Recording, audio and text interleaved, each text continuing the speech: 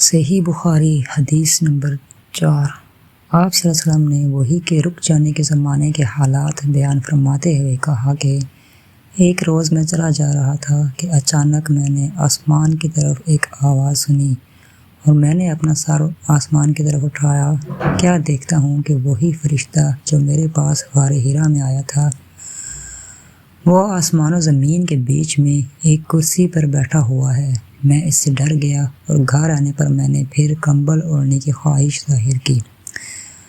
اس وقت اللہ پاک کی طرف سے یہ آیات نازل ہوئیں: اے لحاف اوڑھ کر لیٹنے والے، اٹھ کھڑا ہو اور لوگوں کو عذاب الہی سے ڈرا اور اپنے رب کی بڑائی بیان کر اور اپنے کپڑوں کو پاک صاف رکھ اور گندگی سے دور رہ۔ اس کے بعد تیزی کے ساتھ پے در پہ وحی آنے لگی۔ صحیح بخاری حدیث نمبر 5۔ رسول صلی اللہ علیہ وسلم نزول قرآن کے وقت بہت سختی محسوس فرمایا کرتے تھے اور اس کی علامتوں میں سے ایک یہ تھی کہ یاد کرنے کے لیے آپ اپنے ہونٹوں کو ہلاتے تھے۔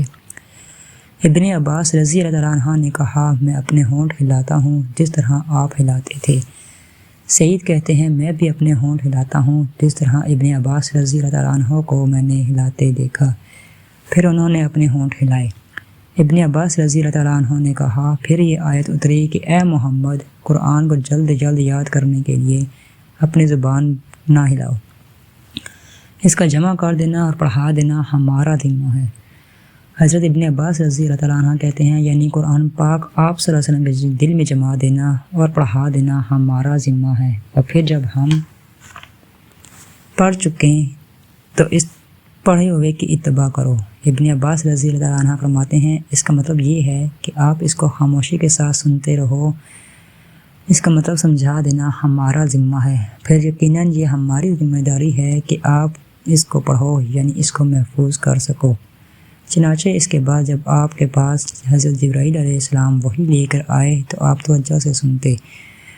جب وہ چلے جاتے تو رسول اللہ صلی اللہ علیہ وسلم اس وحی کو اسی طرح پڑھتے جس طرح حضرت جبرائیل علیہ السلام نے اسے پڑھا تھا۔